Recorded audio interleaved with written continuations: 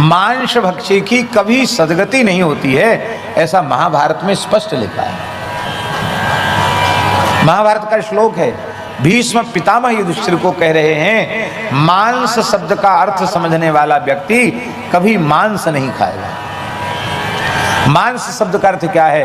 बोले मांस भक्षयते यस्मात् भक्षयिष्ये तमप्यहम एतन मांसस्य मांसत्व मनुबुद्ध्यस्व भारत।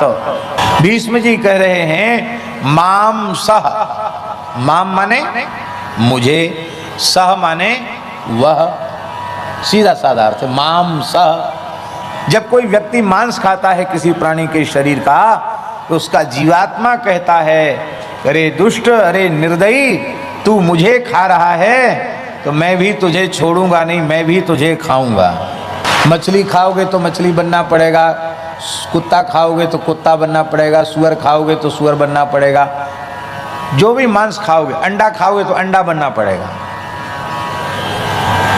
मांस भक्षी की कभी सदगति नहीं होती। मांस भक्षण पाप है, नहीं करना चाहिए। मांस भक्षण किसी भी स्थिति में मांस भक्षण नहीं करना चाहिए।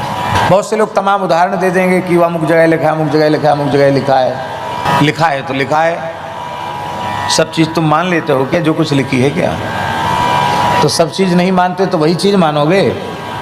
दूसरी बात यह है, यद्यपि हमारी यह बात सुनकर लोगों को अच्छी नहीं लगेगी, लेकिन फिर भी हम कहना चाहते हैं, कहने में तो सब स्वतंत्र हैं। भयंकर मुगल काल में और मुगल काल के भी पहले बौद्ध काल में, जैनों के काल में, और उसके बाद फिर मुगल काल में, फिर उसके बाद अंग्रेजी शासन में हमारे मूल ग्रंथों में बहुत कुछ परिवर्तन किया गया। हमारे इतिहास में भी परिवर्तन किया गया, हमारे मूल ग्रंथों में भी कुछ न कुछ ऊटपटांग बातें घुसाई गई।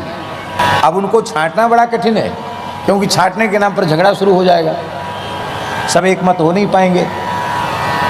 तब अब जो प्रक्षिप्त हो गई हैं, छापा खाने तो थे नहीं, हाथ से पुस्तक लिखवाई जाती थी, और अब हम ही कोई श्लोक लिख करके किसी पुस्तक में अपना रचना किया हो श्लोक लिख दें तो क्या है, आगे 100 साल बाद वही प्रमाण हो जाएगा।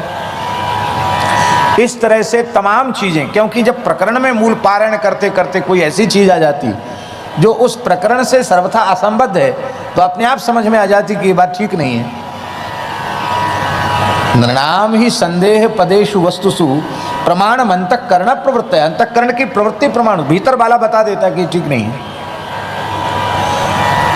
तो ठीक नहीं है तो उसको आप मत स्वीकार करो, मत मानो उसको आप।